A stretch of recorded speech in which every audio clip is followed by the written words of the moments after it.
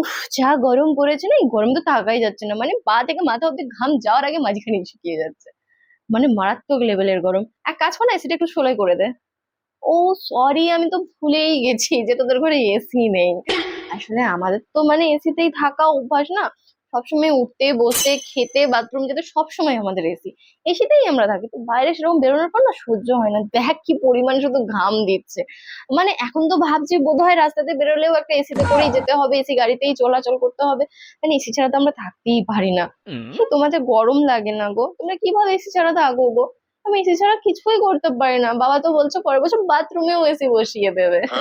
হ্যাঁ, ভীষণ কষ্ট হয় এসি ছাড়া, মাথা মাথা যন্ত্রণা করছে। তাই ভাবছি তোমাদের ঘরে আসার পর থেকে এত কেন মাথার যন্ত্রণা হচ্ছে। আসলে তোমাদের তো এসি নেই না। আমি এখন যেখানেই যাই এসি ছাড়া যাই না। যাদের এসি আছে আমি সেখানেই একমাত্র থাকতে পারি। আমাকে চলে যেতে হবে, হ্যাঁ এখনই। এসি ছাড়া থাকতেই পারি না, যা কষ্ট হয় না। তোমরা পারো বটে, হ্যাঁ। এসি ছাড়া কি করে থাকো কে জানে।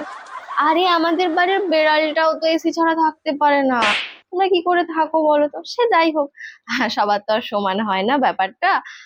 কারেন্টের বিল দেওয়ারও ব্যাপার থাকে, আমাদের ওসব কোনো ব্যাপার হয় না। ঘরে কম একটু খাবো তাও ভালো, কিন্তু এসিতে আমরা থাকি। এসি ছাড়া আমাদের থাকা যায় না, ঠিক।